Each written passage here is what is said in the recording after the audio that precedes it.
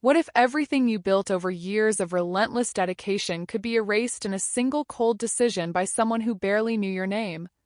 Would you stay silent, or would you let the very system you created speak for you? This is not a question Melissa Grant ever expected to face, yet it became the turning point of her life. Melissa was no ordinary employee. She was a data engineer in Austin, Texas, the kind of mind that doesn't just write code but architects the backbone of innovation. At a rising AI startup, she designed the platform that processed every fragment of data, the invisible infrastructure that kept the company alive. Investors saw millions in potential, but they didn't see her. As the company prepared to close a $300 million deal that would cement its place in the industry, Melissa was abruptly cut out, her name erased, her badge disabled, her contributions dismissed as if they could simply be replaced. But what the new leadership didn't realize was that buried deep within the foundations of their empire lay a clause, a safeguard Melissa had quietly placed years earlier. A single overlooked line in her contract, waiting to rewrite the fate of everyone who thought she was expendable. This is where her story begins. Melissa arrived at the office that morning expecting nothing unusual, yet the moment she held her badge to the scanner, a sharp red light cut through her routine. The reader beeped, denying her access. Confused, she tried again, slower this time, as if patience could unlock the door. The result was the same. She stepped aside, letting others walk in with a glance of polite awkwardness, but no one stopped. The hum of conversation continued, indifferent to her sudden invisibility. When she finally entered through a side entrance with the help of security, she found her desk bare, stripped of the life she had built there. Notebooks gone, her dual monitors packed away, her favorite mug missing.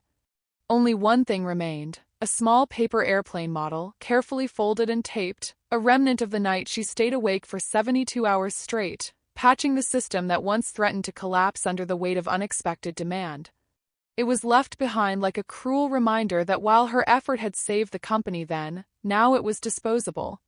Moments later, her inbox confirmed what her gut already feared. A message from the new CEO sat at the top of her screen, short and sterile.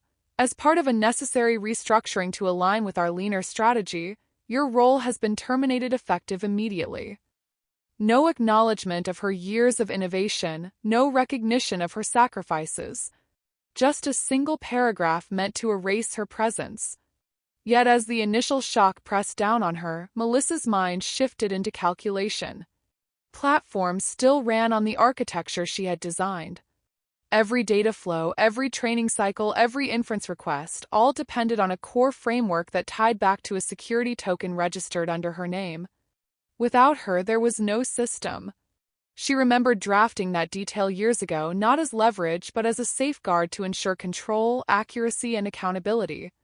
Buried in the dense language of her contract, paragraph 12C stood out in her memory. If her employment were terminated, all active inference modules tied to her account would automatically deactivate.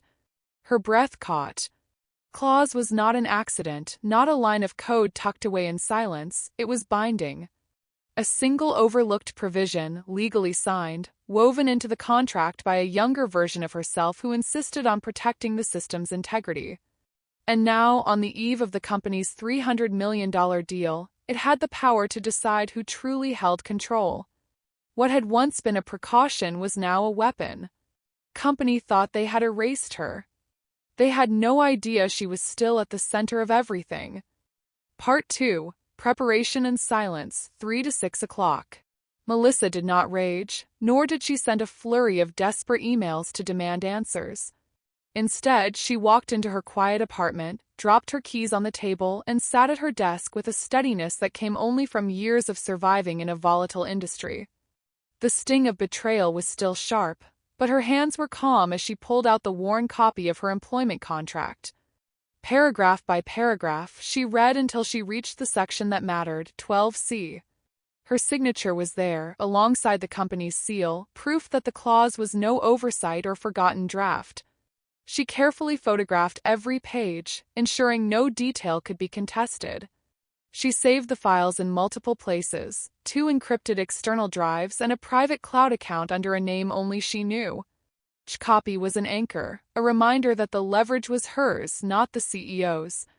As she worked, memories surfaced. 4 years earlier, when exhaustion blurred her vision and her hands shook from the endless nights of debugging.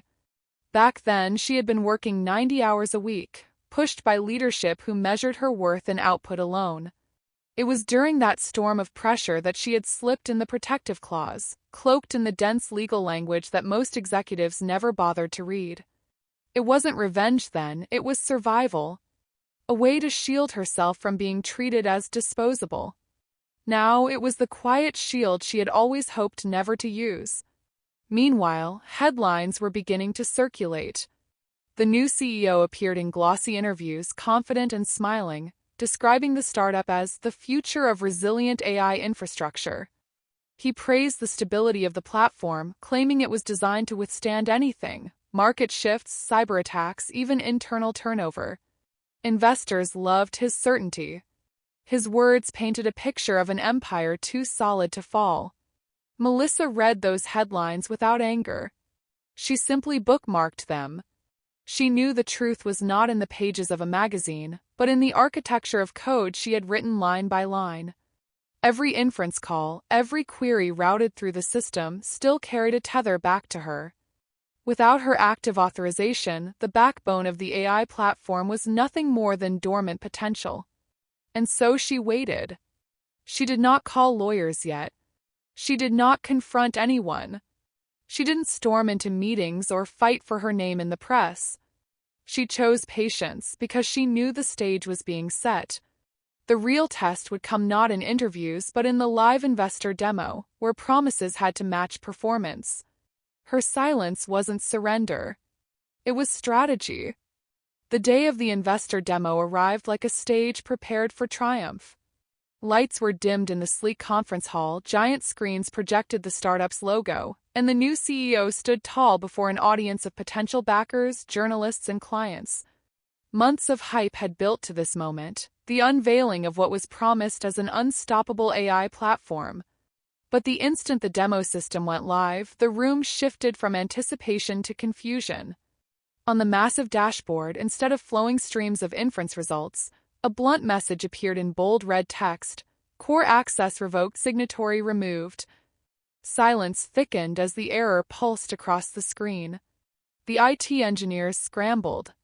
Fingers flew over keyboards, commands cascaded, but the system refused to comply. Every attempt to bypass the lockout returned the same rejection.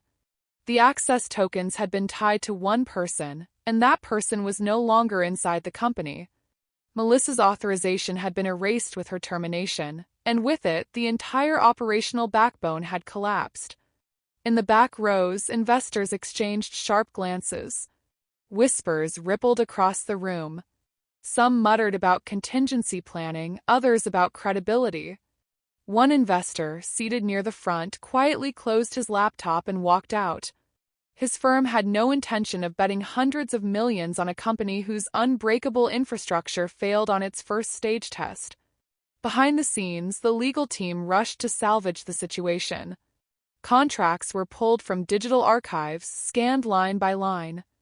And there it was, paragraph 12C, circled and underlined with a handwritten note from their own counsel from years earlier. "Don't mess with this clause." The warning had been ignored, buried under years of board turnover and overconfidence. Now that oversight was detonating in real time. Clients watching the demo online sent immediate complaints. Some were already piloting the system in limited trials, and their dashboards were now frozen, processes halted midstream. What was framed as revolutionary reliability had revealed itself as catastrophic fragility. The CEO's polished smile began to crack. He tried to reassure the audience with promises of rapid fixes, calling the issue a minor configuration error, but the eyes in the room saw through him. Investors did not measure confidence in words, they measured it in uptime, stability, and proof, none of which the company could show. Melissa, miles away, sat in front of her laptop, logged in under her restricted read-only credentials. She watched the chaos unfold like a distant observer, hands steady, expression calm. She did not interfere, did not send a message, did not reach for the phone. She had built the architecture. She had left the safeguard.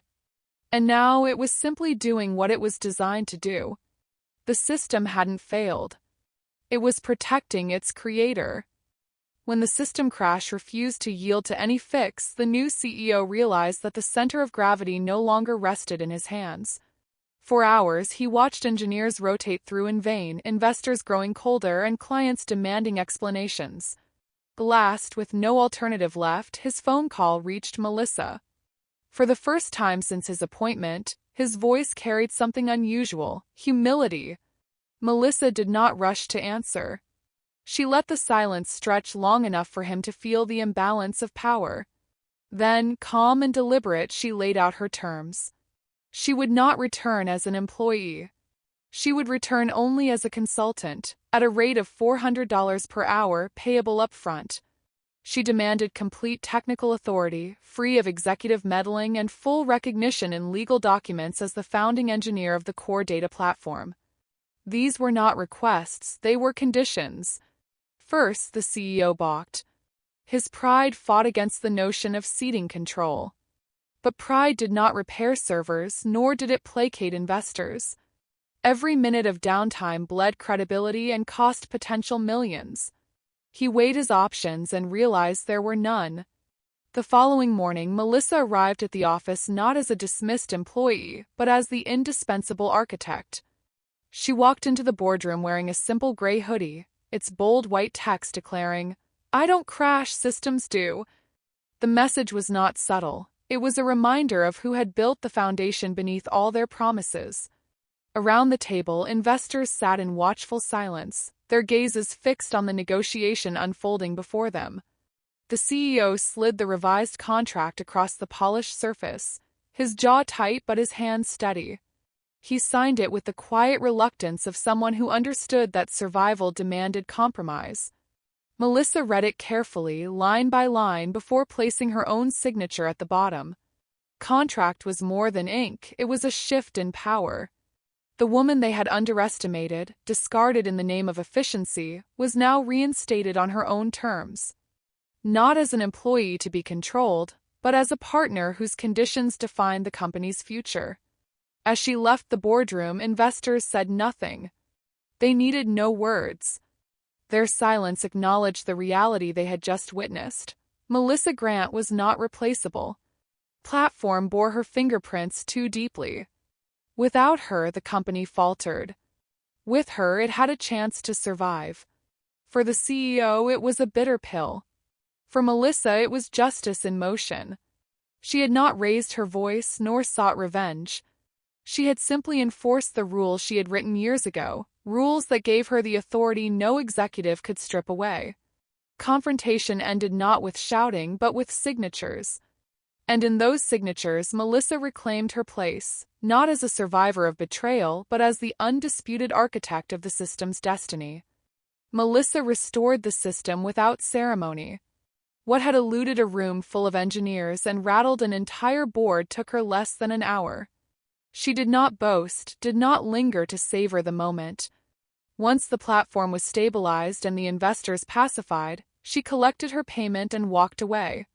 Porters tried to reach her, hoping for a soundbite from the woman who had halted and then revived a multi-million-dollar deal. Melissa declined every call, every email. She understood that public battles waste private energy. Instead, she redirected her earnings toward a small cabin in the mountains of Colorado, a place where silence stretched longer than ambition and where the only deadlines were those set by her own curiosity. There, she hiked trails that tested her endurance and cleared her mind. She studied new patterns in artificial intelligence without pressure from executives or investors. The work was no longer tied to stock valuations or acquisition terms. It was hers alone, as unbounded as the landscape around her. Meanwhile, the startup stumbled forward. The acquisition eventually went through, but at a discounted valuation. Investors whispered about the public crash, the failed demo, and the CEO who had underestimated the one person who could have safeguarded them. Within months, that CEO resigned, his departure disguised as a strategic transition. Those who remembered the chaos knew the truth. Arrogance had a cost, and it had been paid in reputation. Melissa's absence became its own presence. Inside the industry, her story circulated as a cautionary tale, one that reminded executives that power does not only sit at the head of the table. It is also embedded in the code, the architecture, and the invisible knowledge held by those who build. Her reflection on it all was quiet but resolute. Titles could be stripped, but contribution could not. Recognition on paper mattered less than the undeniable weight of work that sustained an entire platform. And in moments of betrayal, the most powerful weapon was not anger or confrontation, but a well-written contract that preserved her rights when trust had been broken. Justice, she realized, rarely arrives with applause. It often comes in the form of a single signature placed at the right time in the right place under conditions no one else can alter.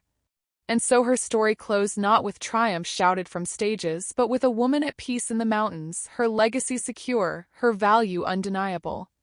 The final question lingers, not for Melissa but for the listener. Have you ever been underestimated at work? And if you have, how will you protect your value when the moment comes?